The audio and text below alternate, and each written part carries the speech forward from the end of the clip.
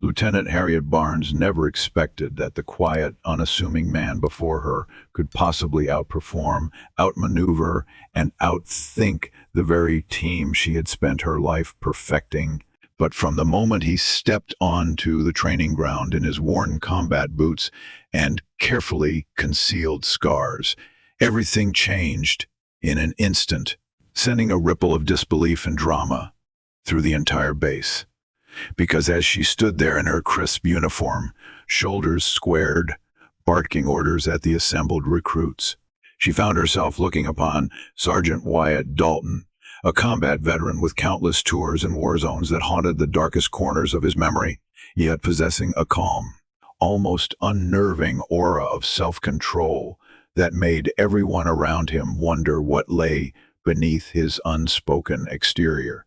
And Harriet, being the no-nonsense, by-the-book officer she was, couldn't fathom how a man with such a tranquil demeanor could pose any significant challenge to her rigorous standards, let alone exceed them in ways that would leave her speechless in front of her entire unit. But oh, how wrong she was. And she was about to learn that lesson in the most dramatic, heart-pounding fashion possible. A lesson that would force her to confront not only the depth of Wyatt's combat experience, but also the prejudices and assumptions she herself had unknowingly carried for far too long. All of which began unfolding at 0600 hours on a Monday morning when Harriet, eyes narrowed, presence formidable. Called out, "Listen up, recruits. Today, we're running advanced drill exercises. You'll be split into teams, and your first test is to neutralize a hypothetical threat in Building Delta 4. You've got 30 minutes to plan your approach. Then you will execute with absolute precision. Do I make myself clear?" And a resounding chorus of yes. "Lieutenant," shot back, though Wyatt simply nodded, as if saving his voice. An action Harriet noted with the faintest hint of annoyance, because she had seen far too many cocky recruits and jaded veterans alike waltz in, acting as though her training meant nothing. And she was determined to show this new addition who was in charge. So she arched her eyebrow at Wyatt and demanded, "Sergeant Dalton, I trust your experiences in the field won't make you think you're above following my orders."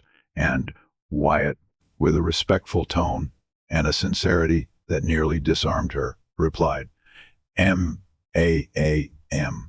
I have seen more than I ever wished to see, and I have lost more than I ever dreamed I could lose. I'm here to learn from you and help where I can. That's all." And Harriet's lips tightened, suspecting him of a subtle arrogance, as if his humble words concealed a belief that he knew more than she did. So she responded with a crisp nod and said, "We'll see about that. Sergeant, now take your position in Squad Alpha. You're under Corporal Jefferson's command for this exercise." And as Wyatt walked away, Harriet's second in command, Captain Reed Whitmore, a steady presence with salt and pepper hair, approached her, murmuring, "Lieutenant, I'd advise caution with that one from what I've read in his file. He's done multiple back-to-back tours in some of the harshest conflict zones. He's been decorated more times than any of our current instructors, but he's also lost a squad of men to an ambush in the Halon province 3 years ago. Rumor has it he blames himself." And Harriet, arms folded, gazed at Wyatt's retreating figure and said in a low voice, "If he can't handle the guilt of his past, he won't survive our training simulations. Combat experience or not, because I demand every ounce of discipline from my team, and that includes letting go of ghosts that hamper performance. Do you understand, Captain?" And Reed nodded, though he secretly felt Harriet was treading a dangerous line, underestimating a man who had seen so much real warfare. And so the day's training began, with squads dissecting the layout of Building Delta 4, a dilapidated structure repurposed for these advanced scenarios, riddled with mock tripwires, booby traps, and enemy actors who would test the recruits' reactions in the face of chaos. And Harriet paced along the perimeter, shouting, "Your time's running out. Squads, Finalize your approach strategies now. While inside, Squad Alpha's newly placed recruit, Sergeant Dalton, quietly studied a worn map, listening as Corporal Jefferson declared, "We'll divide into two teams, breach from the east corridor and the north stairwell, corner the threats, and rendezvous in the main hall." But Wyatt calmly cleared his throat and in a low voice spoke up. "Corporal, with all due respect, these corridors are too narrow for a two-team breach, especially if there's a risk of hidden tripwires. We should send one recon scout in first, someone with experience in scanning for traps, then proceed as a single unit. Once we have a secure path, it might take a bit more time, but we avoid potential casualties." And Jefferson, a brash younger soldier eager to prove himself, dismissed Wyatt's suggestion, saying, "We don't have time for that, Sergeant. We strike hard and fast. That's what the lieutenant wants." And Wyatt simply nodded with a hint of resignation. "Yes, Corporal," before following orders, though not without a concerned look that Harriet noticed from outside, prompting her to think, he's either too cautious or trying to overstep boundaries. In real combat, you have to act quickly, but as soon as Squad Alpha executed Jefferson's plan, the building erupted with the sound of simulated explosions. The entire corridor lit up with bright flashes, and Harriet, watching through the control room's monitors, saw Jefferson's unit struggling to deal with the numerous tripwires they had triggered, which set off a chain reaction forcing the squad to retreat in disarray. And Harriet's jaw tightened, but she kept silent as she observed Wyatt swiftly taking the lead, ignoring Jefferson's panicked shouts, signaling hand motions to the rest of Squad Alpha, instructing them to move in single file behind him, carefully disarming traps as he went, something Harriet found fascinating in its precision, for Wyatt's movements were methodical, reminiscent of someone who had done this hundreds of times in life or death situations, and step by step, Wyatt guided the battered squad deeper into the building, swiftly neutralizing the hostiles with non-lethal training rounds. And though it took them longer than Harriet had initially allotted, they emerged with fewer casualties than any other squad that day, prompting Harriet to meet them in the clearing, her eyes drilling into Corporal Jefferson, demanding, "What happened up there, Corporal?" And Jefferson, flushed and breathing hard, stammered, "We stuck to the plan, but the corridor was rigged." There was no way to know, only to be cut off by Harriet's brisk tone. Sergeant Dalton knew, didn't he? At which Wyatt raised his head, offering, "I only suspected."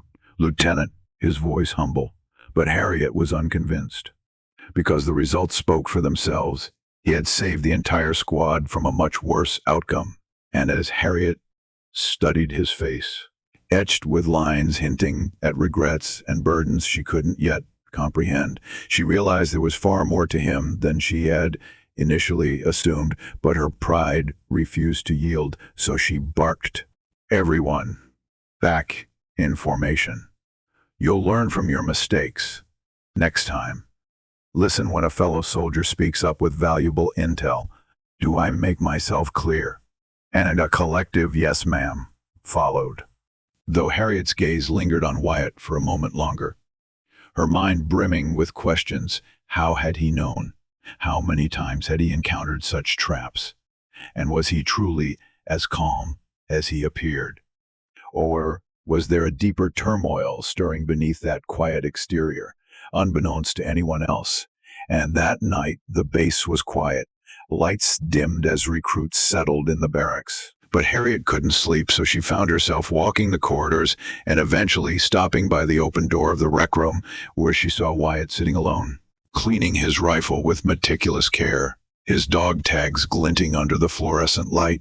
And Harriet paused, unsure whether to approach, but decided her curiosity demanded answers. So she stepped inside, her boots clicking against the linoleum floor, and said, "Sergeant, shouldn't you be asleep?" And Wyatt glanced up, nodding respectfully. "Could say the same to you, Lieutenant." and Harriet felt a slight flush of discomfort at the informality, though she was off duty and not wearing her standard uniform.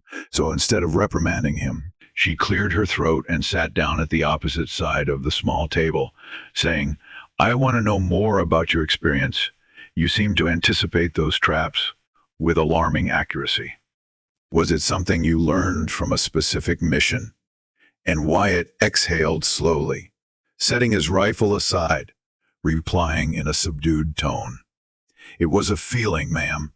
In one of my tours, we had a mission to clear an insurgent-held warehouse.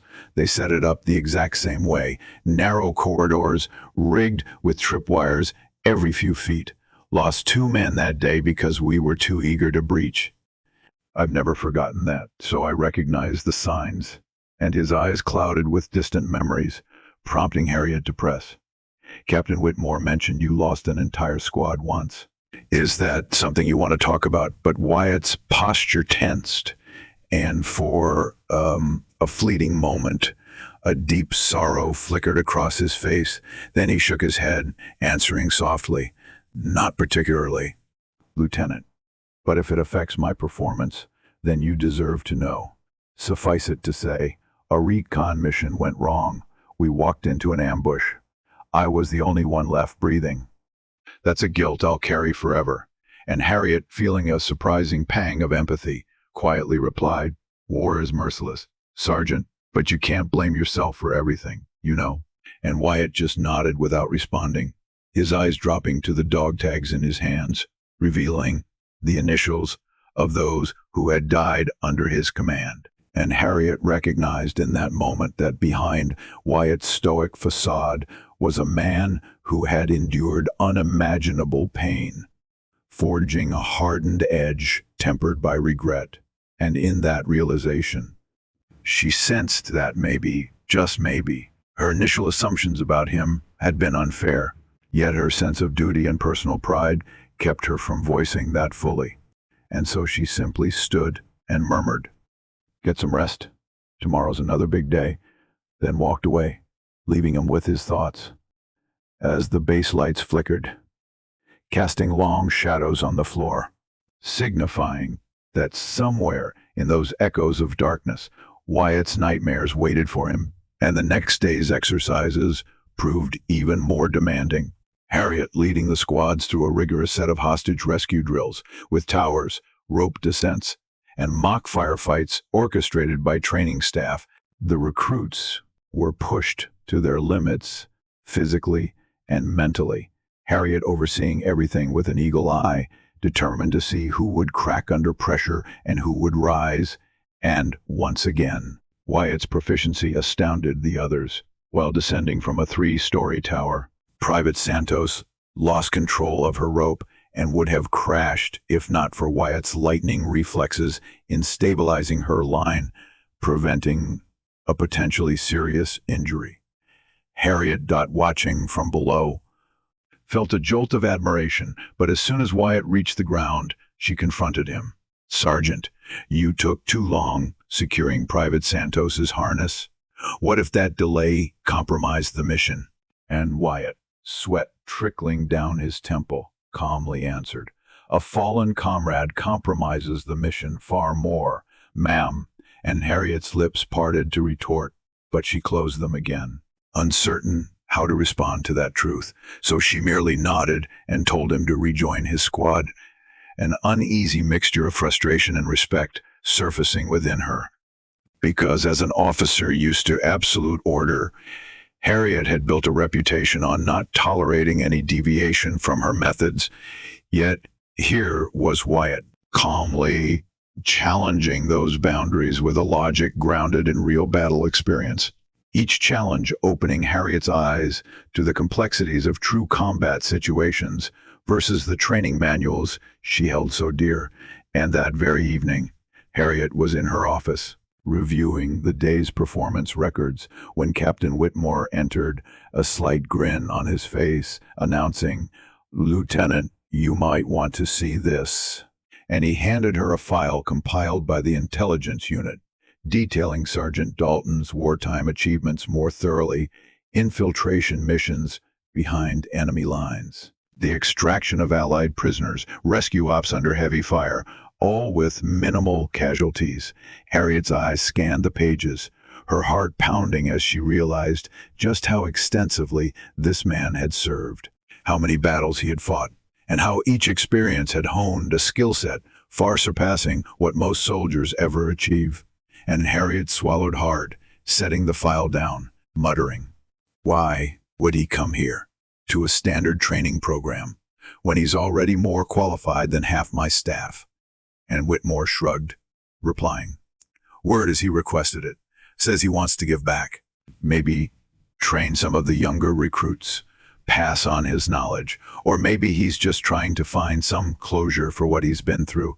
And Harriet nodded, silent for a moment, then stood with renewed determination in her posture. "All right, tomorrow I'm upping the ante. Let's see if he's really as sharp as these reports suggest." And so began a new phase of Harriet's training regime, where she purposefully designed drills to test Wyatt's reaction times, leadership ability, and mental fortitude under contrived, high-stress conditions that mirrored real battles.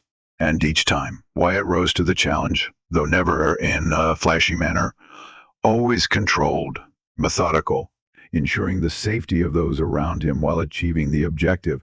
And each success chipped away at the skepticism Harriet once held, yet she couldn't help pushing him harder. Perhaps because she sensed she still had something to prove, or maybe because she needed to see if there was a breaking point to the calmness he exhibited. So on the seventh day of continuous advanced drills, Harriet devised a night operation that would require squads to navigate a simulated urban environment under near total darkness, with random pop-up targets representing civilians who needed protection, and armed opposition that had to be neutralized quickly to avoid casualties. Harriet herself would play the role of mission commander, sending squads incomplete intel, forcing them to adapt on the fly, a scenario that demanded not only physical skill but mental acuity to separate friend from foe under confusion and fear. And as the operation commenced, Harriet watched from a vantage point, night vision binoculars in hand, while floodlights occasionally cut through the darkness, revealing squads scrambling behind cover, radio chatter crackling with frantic updates. And then she heard the urgent voice of Corporal Jefferson. "We've got multiple hostiles near Building Foxtrot. Pin down, request backup." And Harriet responded, "Hold position. Squad Alpha is en route." But in truth, Squad Alpha was also preoccupied, having stumbled upon a cluster of civilians that needed immediate evacuation. Harriet waited to see how Wyatt would handle the crisis, and sure enough, within minutes, she heard him come over the comms with a calm, steady voice. "We're relocating the civilians to a safe zone. Any squad free to assist Jefferson. Over." But no one responded. They were all engaged, and Harriet felt a strange pang of guilt because she had orchestrated this chaotic environment, pushing them to the brink. But in the real world, war seldom offered neat solutions. So she kept her silence, wanting to see what Wyatt would do. And to her surprise, Wyatt's next transmission came in. "Corporal Jefferson, hold your position. We're inbound. Dalton out," which meant he was willingly abandoning the safer route to the extraction point to loop back and assist Jefferson's pin squad, effectively putting the civilians at risk if things went wrong. Harriet whispered to herself, "He's prioritizing the men on the field rather than the extraction. That's unconventional, but maybe he had a plan." So she kept listening, a bead of sweat forming on her brow as the tension mounted. Thunder rumbled in the distance, and Harriet could see the faint flashes of muzzle fire in the direction of Building Foxtrot, until the comms erupted once more with Jefferson's voice. "Sergeant Dalton, hurry up. We're losing men out here." And Wyatt's measured response came, "Hang tight. We're just around the corner," followed by the crack of gunfire. And Harriet, her heart pounding, watched the monitors showing the infrared silhouettes in near pitch black. Squad Alpha converging on Foxtrot's position. Wyatt taking point with practiced efficiency, leading his team through the dark alleys, picking off hostiles with pinpoint accuracy, and coordinating the rescue of Jefferson's battered squad. All the while, Harriet watched with a mixture of awe and dread, biting her lip as the simulation grew dangerously close to a real combat environment, with pyrotechnics lighting the night sky. Screams from the recruits as they tried to maintain discipline. And still, Wyatt pressed forward, ensuring they navigated away from the worst crossfire, extracting each downed soldier to safety. Harriet felt her heart quicken at the sight, until at last, the final explosion signaled the end of the simulation, and the base speakers announced, "Mission complete. Squads, regroup at command post." Harriet made her way there, uncertain how to address what she had witnessed, but as she entered the makeshift command center, she found Jefferson praising Wyatt to the other recruits. "I thought we were done for, but the sergeant here pulled us out, took charge like a real pro, man. You should have seen him calm as a monk, even under all that fire." And Harriet, arms folded, regarded Wyatt, who stood quietly to the side, removing his gear with weary eyes, noticing the sweat pouring down his face, the slight tremor in his hands that betrayed some measure of tension, though he tried to hide it, and Harriet cleared her throat, addressing the group in a loud, commanding voice. "Squads, you all performed admirably under extremely difficult conditions. But special commendation goes to Sergeant Dalton for displaying outstanding leadership and resourcefulness. I expect everyone to learn from his example." Dismissed, and as the others trickled out, Harriet approached Wyatt, who saluted stiffly, but Harriet shook her head, signaling him to stand at ease, saying in a subdued voice, "You saved them tonight, Sergeant, and I know it was just a simulation, but it felt all too real. You could have stuck to your original task. You could have left Jefferson's squad to fend for themselves, but you didn't. Why?" And Wyatt let out a tired breath, replying, "Because in a real war, leaving them behind is never an option unless it's absolutely impossible to help. And these were my fellow soldiers. I don't see them as dispensable pieces on a chessboard, ma'am." And Harriet, confronted by the stark reality of that statement, had no retort, for she had spent her entire career ensuring protocols were followed, believing her method was the only path to success.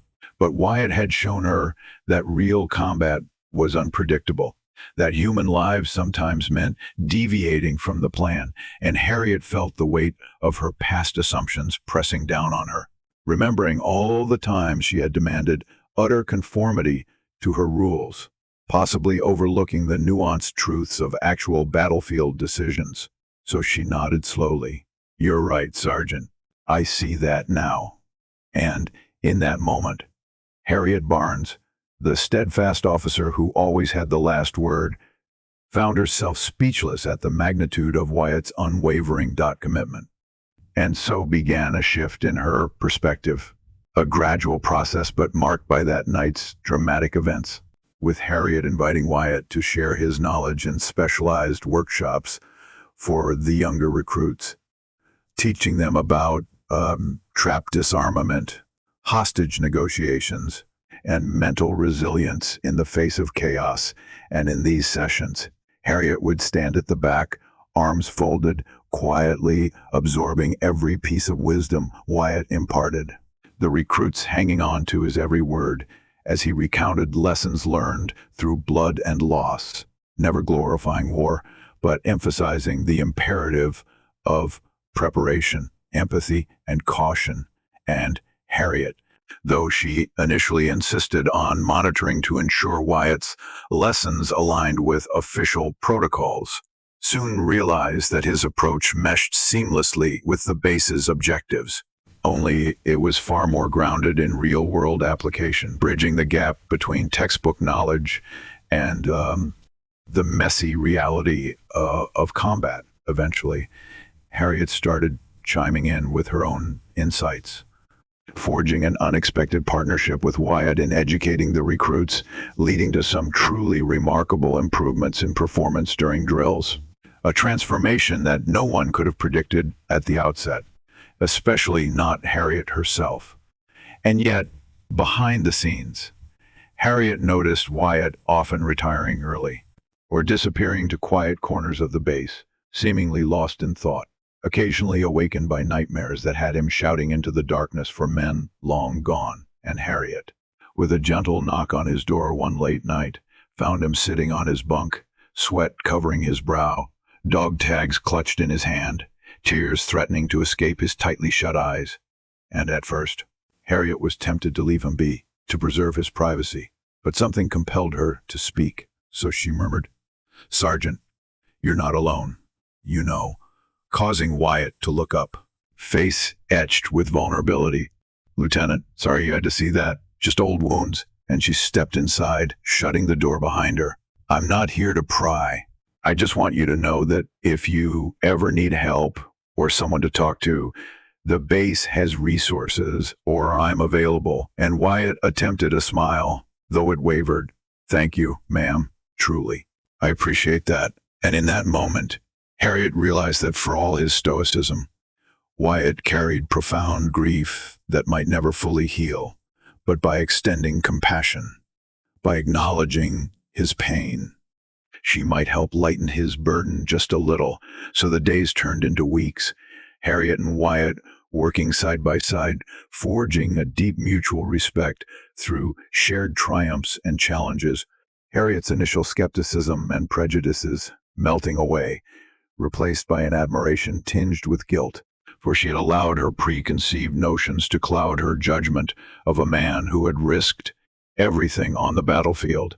And one crisp morning, Harriet made a point to address the entire base, calling an assembly in the courtyard, where she stood upon a small platform, posture resolute, gazing out at the ranks of soldiers, recruits, and staff alike, her voice echoing through the still air.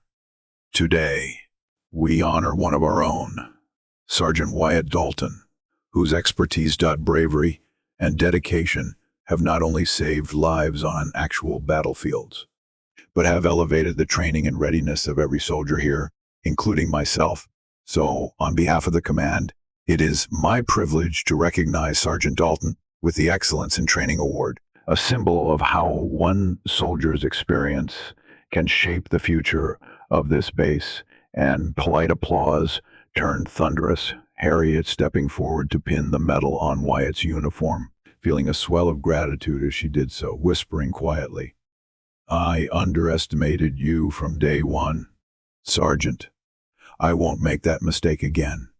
And Wyatt, eyes downcast in humility, replied just as quietly, "Thank you for giving me the chance to share what I've learned, Lieutenant. I'm honored." And as she stepped back, Harriet couldn't help recalling their first meeting, remembering how she had dismissed him with curt orders, how she had questioned his abilities, how she had tried to push him to a breaking point just to prove that her training was superior. And now here they stood, with Harriet openly acknowledging that his real-world experience was invaluable, indeed surpassing anything gleaned purely from manuals and simulations.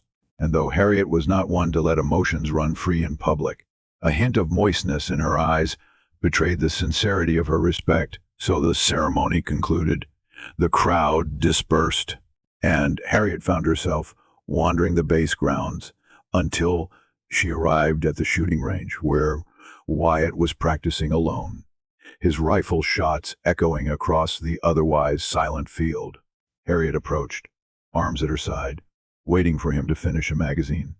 And when he finally turned, she asked, "Mind if I join you?" which caused Wyatt to smile slightly, handing her a fresh magazine. "Not at all, Lieutenant." So Harriet aimed, fired, and missed the mark by a fraction. But Wyatt, stepping beside her, made a small adjustment to her stance, which improved her aim, and Harriet smirked. "You've got a knack for teaching." And Wyatt let out a soft chuckle.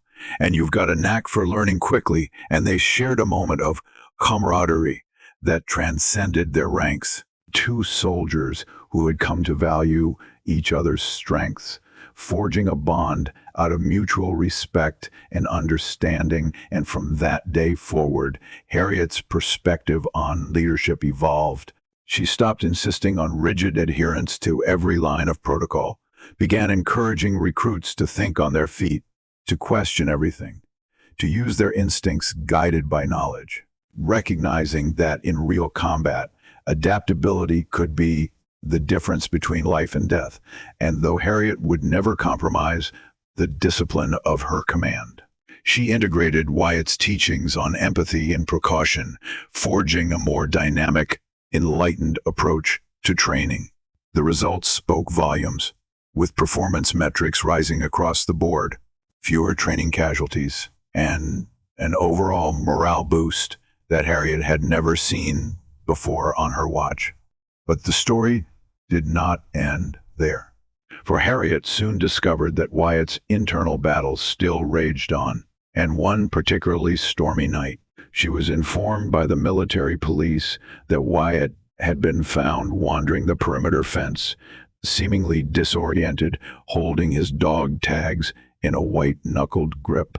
So Harriet rushed out into the pouring rain, flashlight in hand, heart pounding with concern, finally spotting Wyatt near the chain-link boundary, uniform drenched, eyes distant, lightning illuminating the anguish on his face.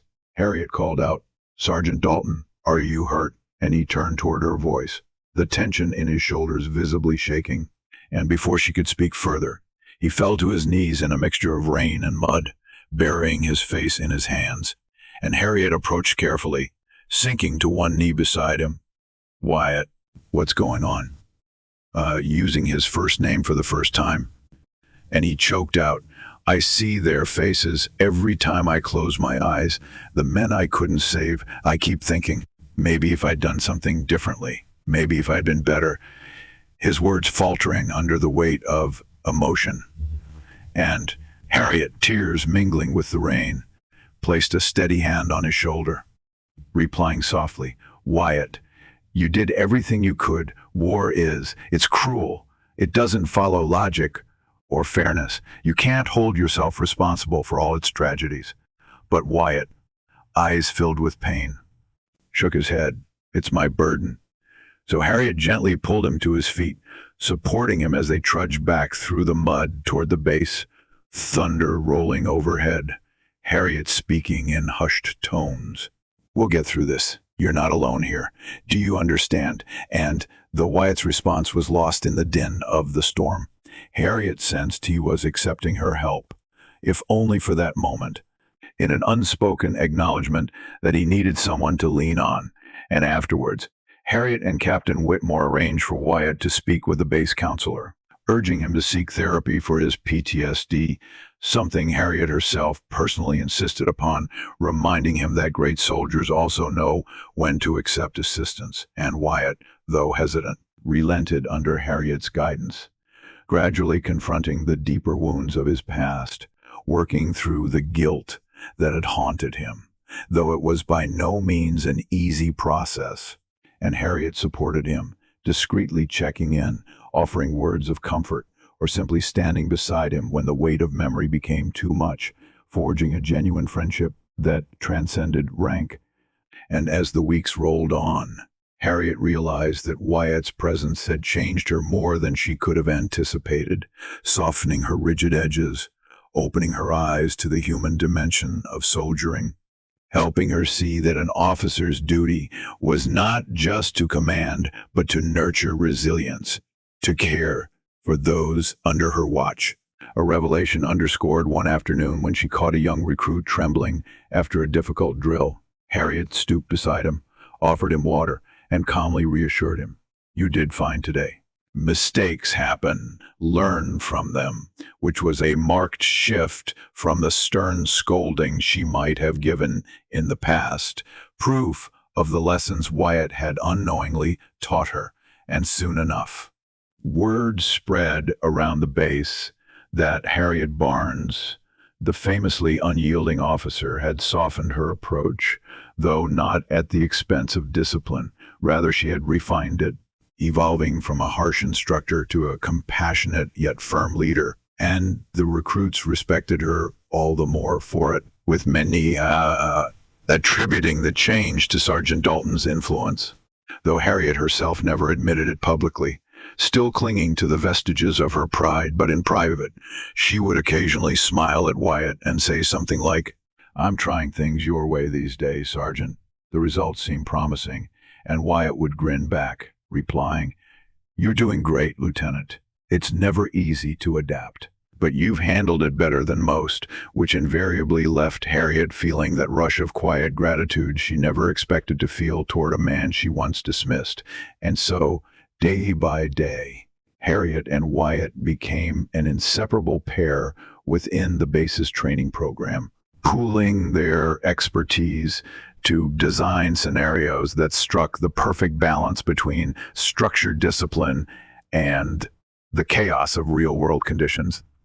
The recruits flourished, forging camaraderie under the shared guidance of two leaders who, though different in style, worked in harmony toward a common goal. And soon, higher command took notice, visiting the base to observe the transformed training regimen, noting the improved performance metrics, the higher morale, and the glowing feedback from the soldiers. This led to commendations, not just for Wyatt, but for Harriet as well, acknowledging that her leadership had successfully integrated a combat veteran's invaluable lessons without compromising the base's overall standards.